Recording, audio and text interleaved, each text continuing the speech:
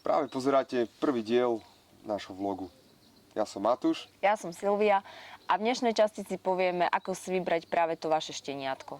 Z môjho pohľadu je veľmi dôležitý výber chovateľskej stanice. Či súznem s majiteľmi. Či sa mi páči, ako odchovávajú, aké majú priority, čo vkladajú do tých šteniat, akým spôsobom sa im venujú a koľko, či socializujú a či som s tým stotožnený a spokojný. Pretože to nie je len o tom kúpiť si toho psíka, ale budeme komunikovať aj ďalej. Druhá veľmi dôležitá časť výberu sú rodičia. Psi rodičia, nie naši.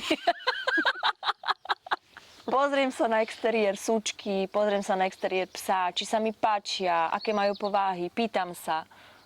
Áno, presne tak. Ďalšia veľmi častá otázka je, či pes alebo súčka. Je to veľmi obsiahla otázka, ktorej budeme určite venovať aj celý diel. Súčka je možno vhodnejšia pre začínajúcich majiteľov, ktorí nemajú veľa skúseností s dominantným plemenom. Pes je vhodný alebo teda viac vhodný pre ľudí, ktorí už majú nejakú tú skúsenosť, pretože psi vedia si strážiť svoje teritorium naozaj veľmi razantne.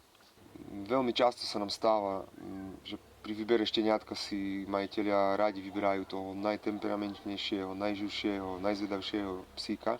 Nie vždy to je tá správna voľba pre nich, pretože ak oni nežijú naozaj aktívnym životom, sú skôr takí miernejší a sami majú miernejší temperament, tak ja sa im snažím poradiť menej temperamentného psíka, ktorý bude kľudnejší, ktorý bude možno viac ladiť s ich životným štýlom. Všetky tieto veci sa dajú vidieť už v malých šteniatok, pokiaľ chovateľ venuje dostatok času tomu, aby tie povahy spoznal, tak vám určite rád v tomto poradí.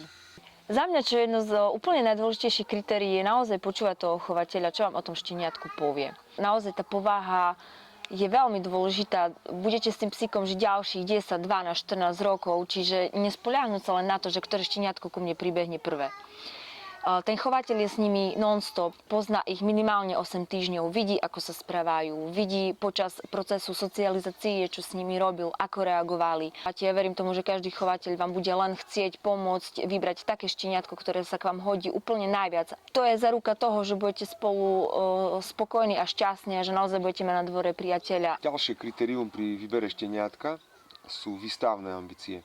Vy sami musíte vedieť, či plánujete zúčastňovať výstav alebo nie. Ak sa plánujete zúčastňovať výstav, je fajn to konzultovať s chovateľom a vyberať to šteniatko aj na základe exteriérových črt.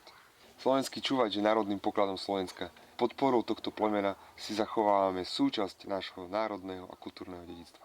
Pozývam vás k sledovaniu ďalšej časti, ktorej sa budeme rozprávať o tom, kde a aké miesto si pre šteniatko vybrať.